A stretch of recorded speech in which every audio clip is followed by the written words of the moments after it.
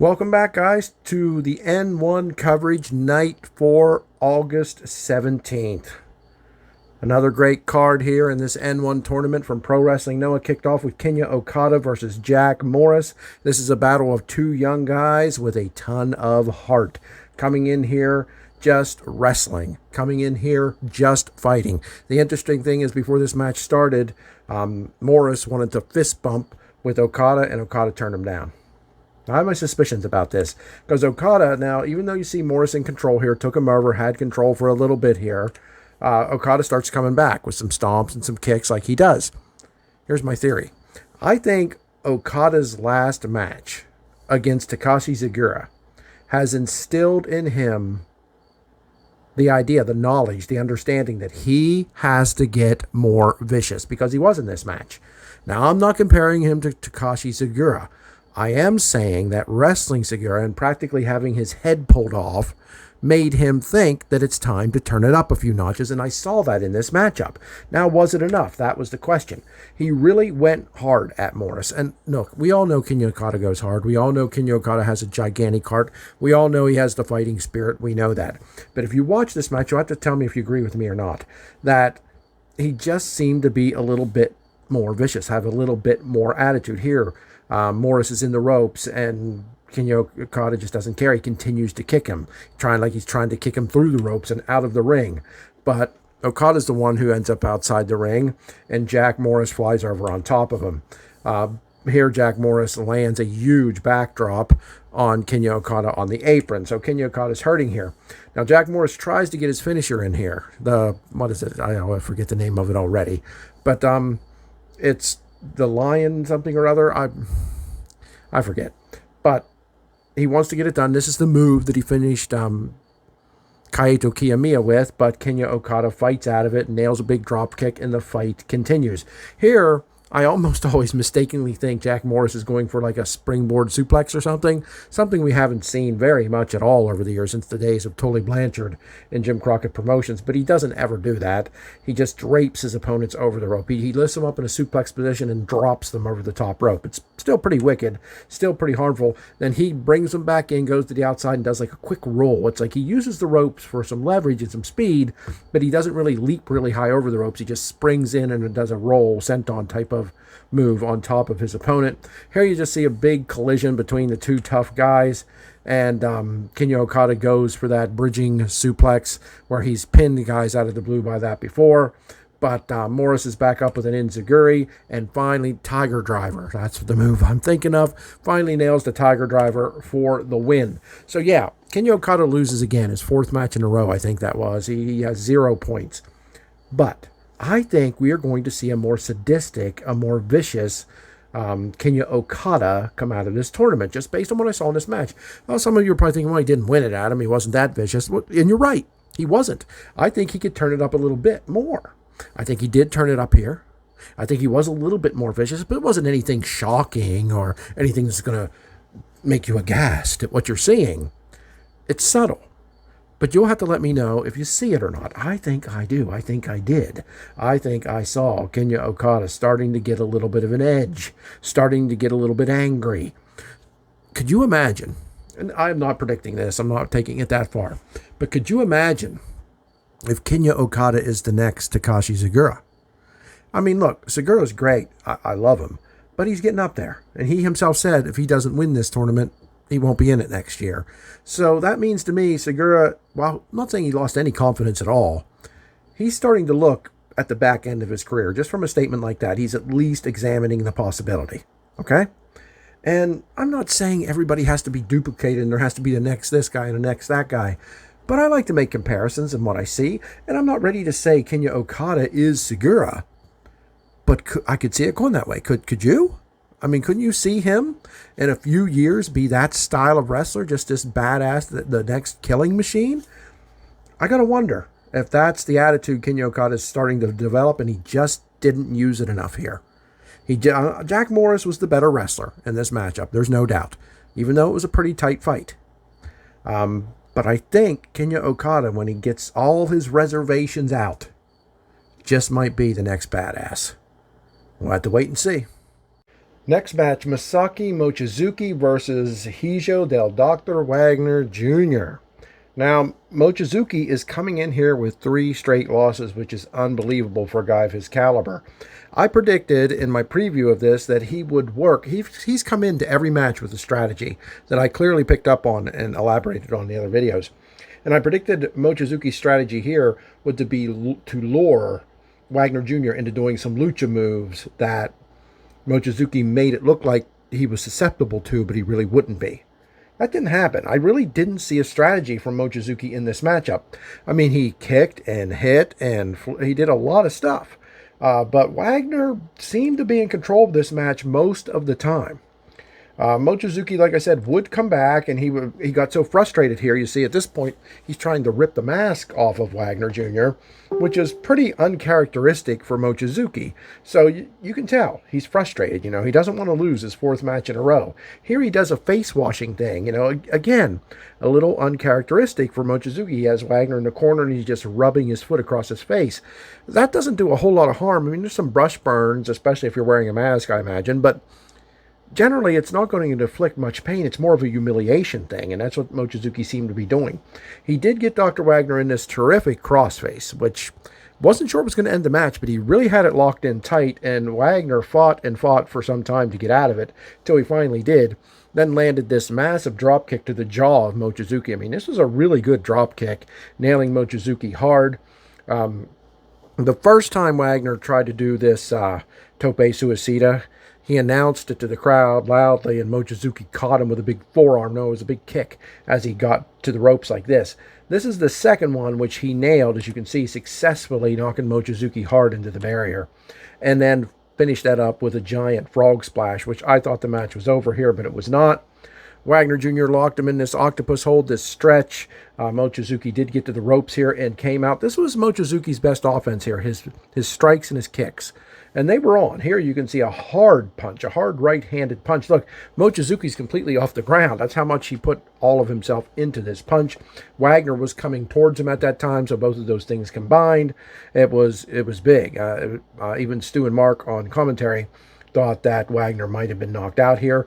When he wasn't, they definitely said, I believe it was Mark thought, I said that Stu and Mark are the English commentary guys for Noah.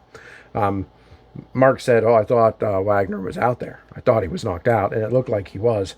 But he was not. He fights back. Mochizuki climbs up on Wagner here, is going for something, but Wagner comes out of it with a big sort of seating power bomb. But, I mean, there's your winner, Wagner Jr. But as they came out, it wasn't a seated power bomb. It was a roll-up. Like Mochizuki went to roll him up, but Wagner rolled through it, ended up on top, and got the 1, 2, 3. So Mochizuki goes down again. I thought this was Mochizuki's least impressive match. He wasn't bad, but all the other matches, maybe he gave up on trying to have a strategy because that didn't work for him either. But he's definitely wrestling some of the worst matches I've seen him wrestle since I've ever seen him. And Stu and Mark, again, on commentary, pointed that out, that this is probably some of the worst performances they've ever seen him in. And he's down 0-4, and another big win for Wagner after suffering a loss to Anthony Green. But Wagner now has defeated Fujita, and now here he's got Mochizuki. So he's not doing bad in this tournament at all, looking fairly good. And again, I thought Mochizuki looked kind of weak here. I did, and I don't mean to insult a guy I respect, but it just didn't look good. But congrats to Wagner on another big win. Third match of night 4 is Masa Kitamiya versus Satoshi Kojima. And I like this. I say it hesitantly for a reason. Let's go into that now. This really started out with Masa Kitamiya trying to work over the left leg of Satoshi Kojima. The idea being, of course, get him into prison lock, get him to tap out. Prison lock is a deathly submission move, ridiculously painful, maybe more than a figure 4, especially when the guy the size of Masa Kitamiya puts it on you. So that was his game plan. As you can see here, take him down, stretch it out, put him in leg locks, wear that left leg down. There he is again, pulling on it while he's tramping on the right leg and pulling on the left leg, trying to tear muscles and tendons, trying to stretch them at least, so they will be in pain whenever he gets the prison lock. Now, occasionally these two would go into something like this where they get the shoulder blocks on each other. I felt like Masaki Tamiya maybe should have thrown his power around a little more. But we're talking about Satoshi Kojima here. I've started to overlook this guy a little bit because, he only held the GHC heavyweight championship for a short time, lost it in his first defense, lost to Takashi Zagura in this, but that's my mistake. That's my mistake for starting to overlook Satoshi Kojima, who we see here has Masaki Tamiya in the corner delivering those machine gun chops. Once Satoshi Kojima starts hitting his patented offense on you, you're cooked. Most of the times anyway. And this is the beginning of it. Here's the flying forearm. Satoshi Kojima is known for these things. Get you the machine gun chops, hit the flying forearm, then the elbow drop from the top rope, which was also successful. I feel like maybe Masaki Tamiya just, I don't know. I don't want to say he didn't scout this man. I mean, I know Satoshi Kojima's game plan. But if you can't stop it, if you can't, for example, roll out of the way of this, if you can't avoid those machine gun chops, you're setting yourself up for failure. Here he gets the DDT successfully on Masaki Tamiya. And this is where I began to think, wow, Masaki Tamiya's got it cut out for him. I mean, he came in here, he beat some major names in this tournament to get 4 points right away, and he was impressing the hell out of me, and I'm not here to say he didn't here. He did, he still is, and I'm still a big fan, but I was slightly disappointed in him in this match. He did get Kojima up for this knee drop, these double knees, where he looks like Masaki Tamiya is getting an offensive move done to him, but he's not here. He is actually dropping Satoshi Kojima on his knees, again, trying to wear him out. Now, I got to admit, when they went outside the ring like this, I thought, oh, God, Kojima's going to nail that DDT. The one where he hooks the head and drops to the floor from this position. And that's just, that's horrible. I don't know who can overcome something like that. And again, it may look like that's what's happening here, but it isn't. This was actually Masaki Tamiya dropping Kojima onto his knees on the apron, which, piqued my spirits up for Masaki Tamiya winning this. Got back in the ring, delivered a huge clothesline, and locked him in the prison lock. But if you notice, what's the one thing you see here that's a mistake? What's the one thing that's clearly too close to the ropes, right? Way too close to the ropes. I think Masaki Tamiya got over emotional here, wanted to end it. I'm not saying he didn't, but he didn't even stop to look at where he was. And Kojima, while in extreme pain here, as I told you, the prison lock is a ridiculously painful move, they were too close to the ropes. And Kojima comes out of it and hits Masaki Tamiya with the Cozy Cutter. Again, so Masaki Tamiya has to fight back up, and he does. Nails a big spear. I love this. Masaki Tamiya and his power moves. And I thought maybe we were approaching the end here for Masaki Tamiya with this ridiculous pile driver. I mean, a pile driver not ending a match just goes to show you the spirit and the ridiculous determination behind the guy who's in the match. And Kojima was not pinned here. Got the Saito suplex. I mean, this is one of Masaki Tamiya's moves. He's knocked guys out with this, but he didn't. Well, there was some discussion there. Mark and Stu on commentary thought Kojima was very unresponsive after that Saito suplex, but Masaki Tamiya climbs to the top ropes to deliver his big senton, right? I should call it the super senton. I think Mark and Stu said that the other day. And he hits it. So I hits a Saito suplex. He hits the big senton, and Kojima gets back up. I knew it was over here. If Kojima can't be put away, he doesn't give up to the prison lock. He's not put away by a Saito suplex, a spear, and a super senton. He's not going to get beat. Here, they go at each other with clotheslines. They both hit one at the same time. They're both staggered, but neither one goes down. So Masaki Tamiya goes back to a knee drop, thinking, all right, I'm going to have to get this guy in the prison lock. I'm losing the power battle here, which is hard to believe I'm even saying. Masaki Tamiya is incredibly powerful, but so is Satoshi Kojima, and he was winning this power battle. So Masaki Tamiya is back to the knee drops, clips the back of, again, working on that left leg, goes back to the legs. The power moves didn't win him the match. They didn't get his hand raised. So he's going to go work on that leg again. But as he bounds off to the ropes, probably wanting to do another spear or to the legs or another clip to the left leg, Kojima nails him with that strong arm lariat taught to him by the one and only Stan Hansen. And, well, you know what happened. He's the winner. Masa Kitamiya goes down. Now, I was hesitant when I first started this because I was rooting for Masa Kitamiya. You guys, if you've been watching my videos, you know I put Satoshi Kojima over probably stronger than anyone out there in podcast land at this point. So many people on the internet, on podcasts, on typed previews for this show were, just sort of knocking Kojima as a New Japan dad, and here he is in the main event. Oh, here he is, the GHC heavyweight champion, rolling their eyes, acting like, But Kojima is a badass, and he showed it here. As someone who's a fan of MLW, and check out MLW Tonight on YouTube channel, that's my other channel, Kojima was the first ever Major League Wrestling MLW heavyweight champion. How cool is that? Pretty cool. That's how I know he's a badass. And boy, he didn't look this good he didn't look this, the last time he looked this good, say it right, Adam, was when he beat Goji Ozaki for the GHC championship. That's how good he looked here. Masa Kitamiya's power moves, they hurt him, but they weren't keeping him down. And anybody who can rise back up after a pile driver and Saito suplex and super senton and win the match, look out, man. He is the first guy to get to 6 points in this tournament. There's other guys who might get there. I'm sure there are. But he's the first one to do it. And these guys better be careful. The GHC heavyweight champion, Kojima, is back. He doesn't have the title belt anymore. But the man who won that belt is absolutely back in this tournament. And I saw it in this matchup for sure.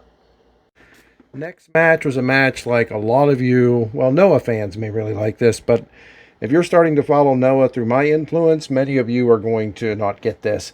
Kazuyuki Fujita versus Hideki Suzuki was a catch-as-catch-can ground pound wrestling match. Right here, what you're looking at right here is most of the match. Now, not this one position, but these guys just fought for top position, fought for mount position, fought for a submission it's about a 20-minute match. They probably did this about 16 minutes. And I really enjoyed it because you're just not going to see this in wrestling today outside of pro wrestling, Noah. Nobody's going to do it. And you could argue, well, because nobody wants to see it.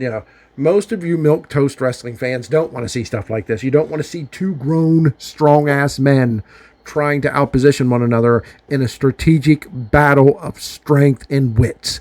You don't want to do that. You can't you're not smart enough for it. And I could bemoan you all day long, but I'm going to assume we got mostly Noah fans here.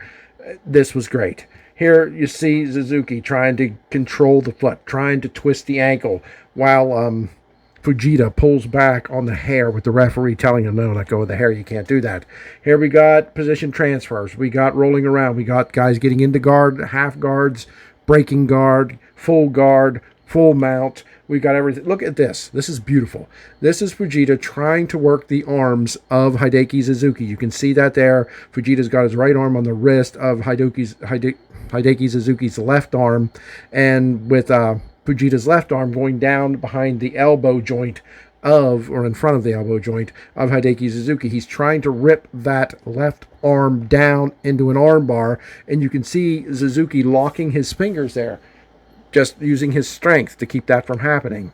And when they broke the holds, they backed up, and then Fujita's like, you're going to come in here? I'm challenging you. Do you want to come into my guard or do you not? And Suzuki backing off, sort of like not knowing if that's something he wants to do. Because if you do something like that, you're going to end up getting mounted, just like you see here. But what Hideki Suzuki is good at, and what Mark and Stu, especially Stu in this situation, are good at on commentary, is pointing out the strategy of matches like this. And this was Hideki Suzuki using his hips, being able to swivel those hips, no matter the position he was in, to avoid being in not only a pinfall position where he could have accounts. See the ref there pointing to his shoulder, letting Fujita know that his right shoulder is not down. But also using those hips to swivel out of a power position for Fujita to come down to him with big blows.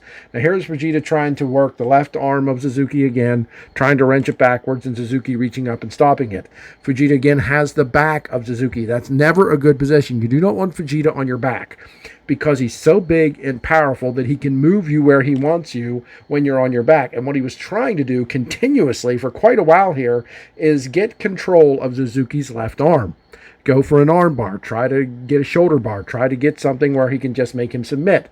But Suzuki continually fought out of it, and you got to give him credit for that, because I'm pretty sure Fujita's the stronger of the two here. And there's Suzuki escaped here with a little bit of a headlock, but Then they started to come to blows.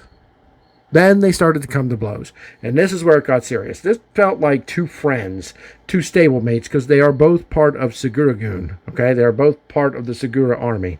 And it felt for the longest time, like 15, 16 minutes of this 20-minute match, that they were just two guys trying to outposition one another. Hey, let's go in there and see who the best wrestler really is. But it got to the point where I think both of them got frustrated, both of them got annoyed, and it came to blows back and forth here. Fujita actually delivered a big headbutt right here. Now, that's not something you do to a friend. Now, if you're trying to win a match, I'm not complaining about it. I just think they switched gears. I think something happened in this match that changed things. And here you can see Suzuki with a big German suplex, a release German suplex. Here you see he tried to do it again, and Fujita backdropped him. Here, Fujita tried to get the Beast Bomb, tried to go for his Power Bomb, but Hideki Suzuki backdropped him. So things were picking up here. But Suzuki does go for a submission again. He gets Fujita's left arm trapped, couldn't get the armbar, so he throws his legs up over his head to go for a triangle, thinking he'd get the armbar there. But Fujita stood up. Now, Hideki Suzuki is used to that, and he shifted his weight back a little bit more. You loosen the triangle just a little bit without letting it go if you can. That causes your weight to shift downward, and when he did that, Fujita couldn't lift him anymore, so he either fell or he threw himself backwards. I don't know. I'm not entirely sure. He might be smart enough to have thrown himself backwards, because that goes into the ropes, and the move has to be broken. And this is where Fujita really went a little bit wild with the soccer kicks. Kick to the head, kick to the back. Fujita just really treated Suzuki like a bitch and not a friend. And again, everything's fair in Love and War here. He didn't cheat. He just really went to the extreme and then jumped on him with this headlock. Look at this. Remember how I pointed out the other day how Takashi Segura had Kinya Okada in such a headlock that you could see his eye stretched out, and it was like, wow, he's really cranking at that headlock. Same thing here. Look at this chokehold. Look at Hideki Suzuki's eyes. I mean, it is horrible looking. His eyes don't look quite as bad there, but look at the pressure Fujita is putting in to make sure he gets that forearm under the chin and turns this chokehold out in a big way. And there, oh my goodness, Hideki Suzuki's tongue's hanging out of his mouth. His eyes are squinted. He's struggling to breathe here. His nostrils are flared. Look at the power Fujita has on this. Fujita is just cranking into this headlock. He wants to end this match desperately, and he does. Fujita defeats his friend, his stablemate from Segura-gun, the Segura army, Hideki Suzuki, with a rear naked choke sleeper hold. He goes over and talks to Suzuki, telling him what a good match it was, that it's nothing to be ashamed of, and that he was glad to get the victory, but Suzuki was one hell of an opponent. They do finally shake hands, but Fujita wants to raise Suzuki's hand. You know how a lot of times the winner will raise the loser's hand as well, and Hideki Suzuki would have nothing to do with that. He was friendly, shook his hand, remained friendly, but he wasn't going to have his hand raised. Fujita wins. He's up to 4 points after his shocking loss to Wagner Jr., but he rebounds here. This was Suzuki's first loss. He's at 4 points, though, same as Fujita, so they're tied in the point standings. But Suzuki took this loss hard. You could see it. There was a moment I thought, maybe he's going to leave the ring without even shaking hands or being friendly towards his faction mate, his unit friend. But he did. And we'll see where it goes from here, but I don't want to predict anything yet. It was an emotional moment for Suzuki. Big loss for him, big win for Fujita. I love this. You're only going to see this style of match in Pro Wrestling Noah, and those of you that don't want to see it, go watch your high-flying Circus de Luce shit, seriously, go watch that. That's fine. You have every right to do that and think that's great. I don't want to see nothing but these style of matches, of course. But to know that there's a company out there that will give me this chain, catch-as-catch-can, legitimate wrestling, because, that's what this is. It's what it says on the marquee. Professional wrestling is great stuff. I love this. The semi-main event, folks. Katsuhiko Nakajima, Kongo, versus Takashi Segura. This will be a kick-ass, awesome match. I guarantee it. I predicted a draw here on the last show, on the preview show. I couldn't figure out a winner. My boy is Nakajima. I love Segura too, but my boy is Nakajima. But I really thought this would be a draw. Let's see. Nakajima got this knockout strike in quick. This was in the first minute or two. They're up against the ropes. Segura swings at him. Nakajima ducks and comes back with this open hand chop to the side of the face. I don't think he got it up high enough, closer to the temple. It rocked Segura pretty good, but it did not knock him out. It could have been a quick ending there. But Segura takes over from there, actually. Gets Nakajima outside the ring, works him over outside. He's clearly going for that left knee that was injured, that was torn apart in his last match by the Supernova himself, Kaito Kiyomiya. So you see here he's got that left knee trying to tear it up and that ankle trying to twist it out of him. Hitting him with knees in the corner.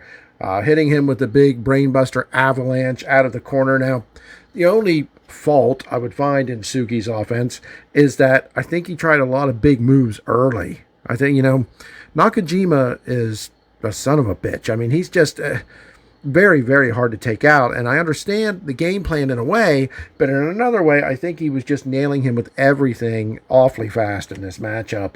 And it didn't pin him. So he'd always resort back to trying to twist that knee out. And you can tell by the look on Nakajima's face is this is just killing him. It's having a hard time overcoming this, and Segura knows it. But I do think Segura, even though he nails him here with a big shoulder block, is powerful as hell. He is the killing machine, as it says right there on his tights. Still had a hard time keeping Nakajima down. They were fighting all over the ring. Nakajima hits him with a big kick here when Sugi comes in and misses the shoulder tackle in the corner. Nakajima responds with a big kick to the face. The audience literally gasped there. I mean, it just looked that good. But Segura bounced back with a gigantic lariat, knocking the hell out of Nakajima. And Nakajima just starts kicking him to hell. See, this is what it is. Two guys that can strike and kick like nobody's business, kicking especially Nakajima. And that's what they're going at until Segura gets frustrated. He gets a big knee there. But when he gets frustrated, he goes back to looking for that left knee because his power moves isn't taking Nakajima out. Now, Nakajima here makes the same mistake I think Segura was making, and he got a quick spike brainbuster on him here. It was real quick. Like, he just jumped up, grabbed him, and hit him with it. It wasn't enough to take Segura out. It was too early in the matchup, much like Segura was doing to him. And even the kick to the soccer kick to the chest wasn't enough. Segura, again, early finishing move here, nails the Olympic slam. Only gets a 2 count on Nakajima there. And look at this. Both of these guys, this is a perfect shot for me. Both of these guys reeling from the pain they're inflicting on one another with the strikes and the kicks. It's just incredible. Big forearm to the back of Nakajima's neck and head. Nakajima responds with another big swinging kick to the left side.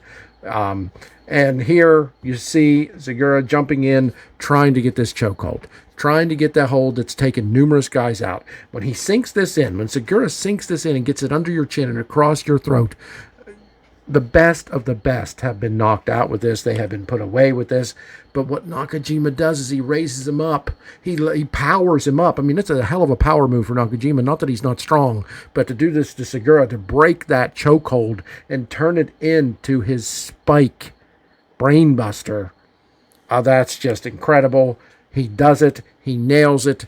This time, 15 minutes into the match, that's enough. That gets the 3 count. There's your winner, smiling in the center of the ring.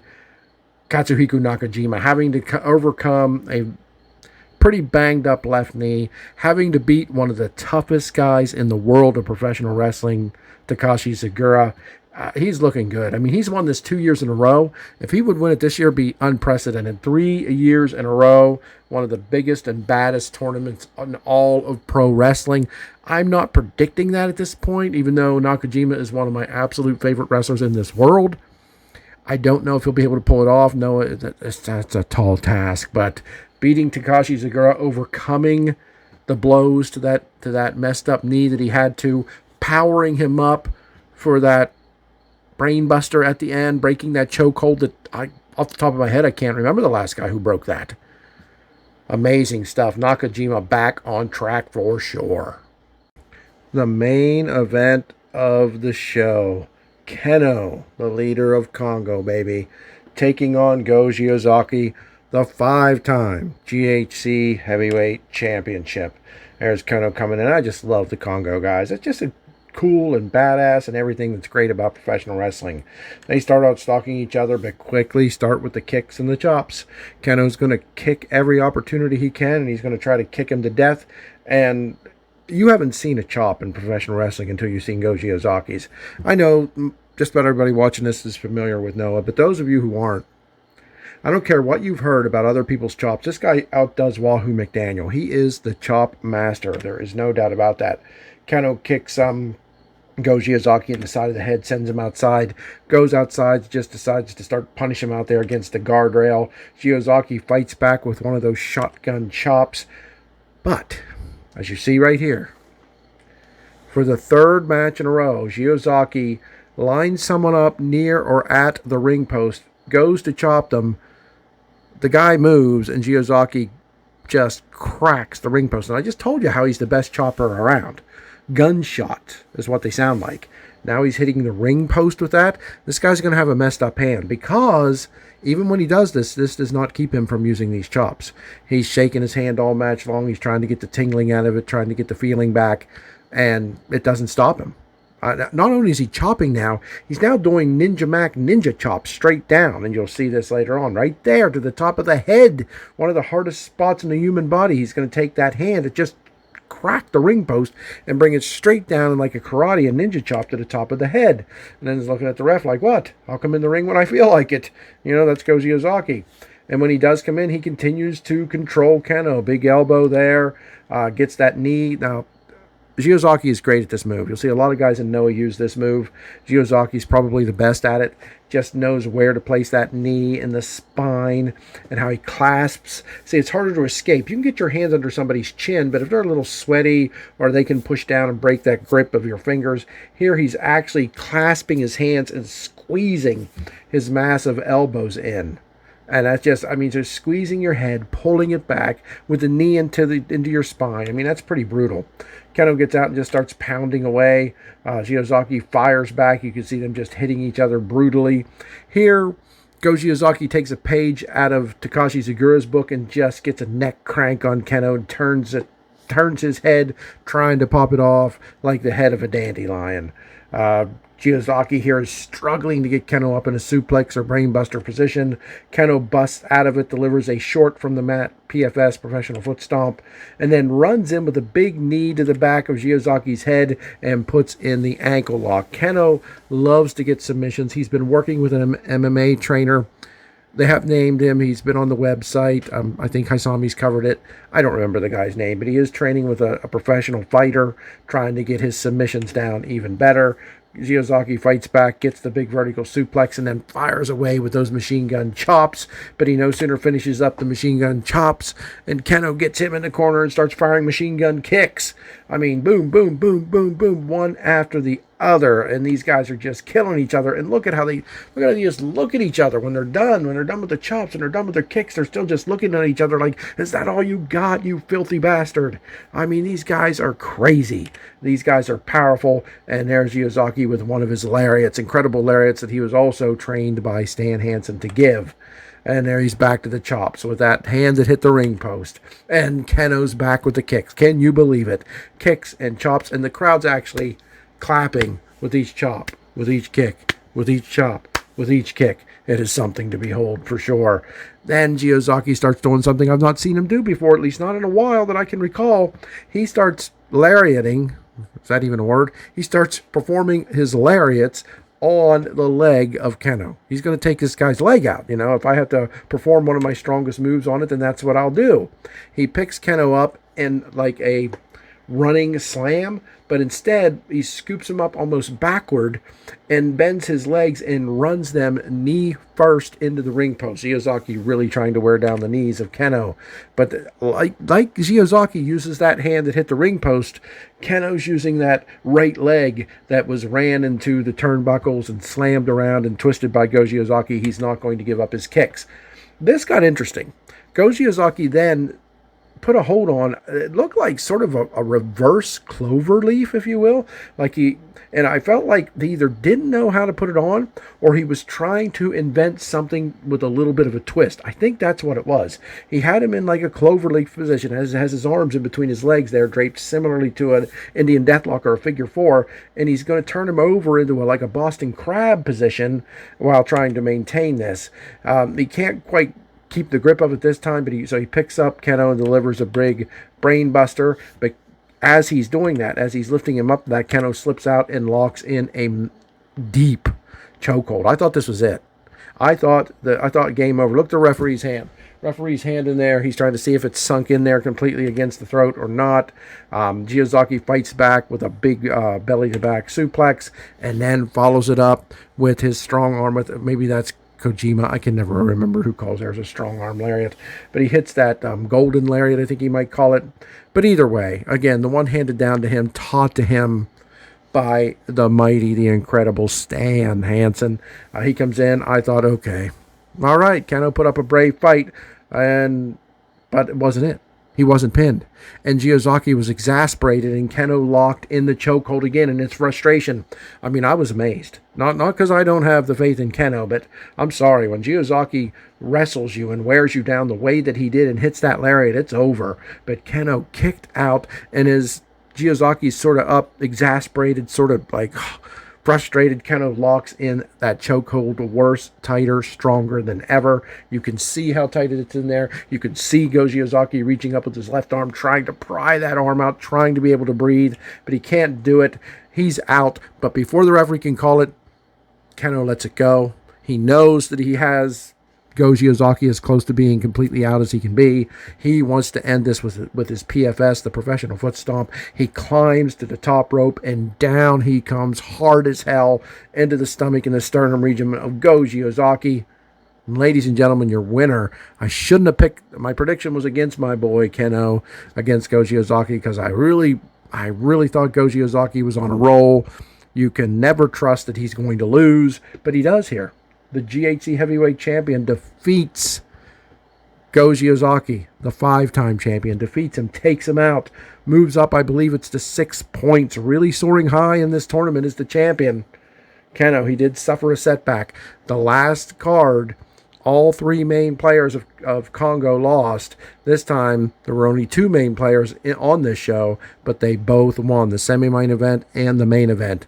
Katsuhiko Nakajima and Kenoh stand tall at the end of this show as winners, as Kongo needs and should always be. Folks, it's been another great show. This is an easy 10 out of 10. I love this. I was sort of upset that Masa Kitamiya was beaten, but it was by Satoshi Kojima, who I've tried to tell you is better than a lot of people give him credit for. I should listen to my own words.